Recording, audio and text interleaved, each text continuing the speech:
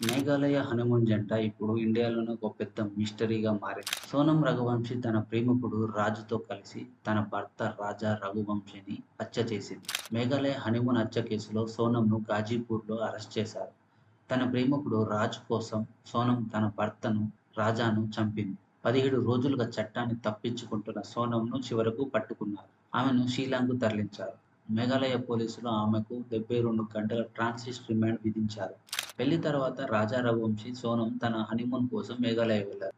June 2న రాజా రఘువంశీ మృతదేహం ఒక గుంటలో దొరికింది. కానీ సోనం కనిపించలేదు. దోపిడీలో రాజా హత్యకు గురైనట్లు, సోనంని కిడ్నాప్ చేసినట్లుగా అందరూ అనుకున్నారు. కానీ దర్యాప్తు ముందుకు సాగుతున్న కొద్దీ కేసు మరింత భయానకంగా మారింది. మేఘాలయ పోలీసులు ఈ మిస్టరీ మొత్తాన్ని ఛేదించారు. కేవలం పెళ్లైన 4 రోజులకే భర్తను చంపడమే కాకుండా 17 రోజులు పోలీసుల కంట పడకుండా తప్పించుకుంది సోనం. సోనం తన ప్రేమికుడు రాజాతో పాటు మరో నలుగురు కాంట్రాక్ట్ కిల్లర్‌తో కలిసి రాజా రఘువంశీని హత్య చేసిందని పోలీసులు తెలిపారు. సోనం అరెస్టు తర్వాత ఈ కేసులో ఇన్వాల్వ్ అయిన వారందరినీ పోలీసులు పట్టుకొని అదుపులోకి తీసుకున్నారు. అయితే ఈ కేసులో సోనం ఇంకా తన నేరాన్ని అంగీకరించలేదు. సోనం, "నేను నా భర్తను చంపలేదు. వారు నగల కోసం అతన్ని చంపారు" అని పోలీసుల విచారణలో చెప్పింది. సోనం పేర్కొన్న నలుగురు వ్యక్తులను కూడా అరెస్ట్ చేశారు పోలీసులు. రాజా రఘువంశీ మర్డర్ కేసులో నిందితుల పేర్లను, ఫోటోలను పోలీసులు విడుదల చేశారు. లలిత్‌పూర్‌కి చెందిన 21 ఏళ్ల ఆకాష్ రాజ్‌పూత్, ఇండోర్‌కి చెందిన 22 ఏళ్ల విశాల్ సింగ్ చౌహాన్, 21 ఏళ్ల రాజ్ కుష్వాహా, సత్నాకి చెందిన 23 ఏళ్ల ఆనంద్ కుర్మి. సోనం తన ప్రేమికుడు రాజ్‌తో కలిసి ఈ హత్యకు కుట్ర పన్నిందని పోలీసులు చెబుతున్నారు. కాంట్రాక్ట్ హంతకులు మధ్యప్రదేశ్ నుండి మేఘాలయకు వెళ్లారు. రాజా రఘువంశీ హత్య కేసులో పోలీసులు మరో పెద్ద విషయం బయటపెట్టారు.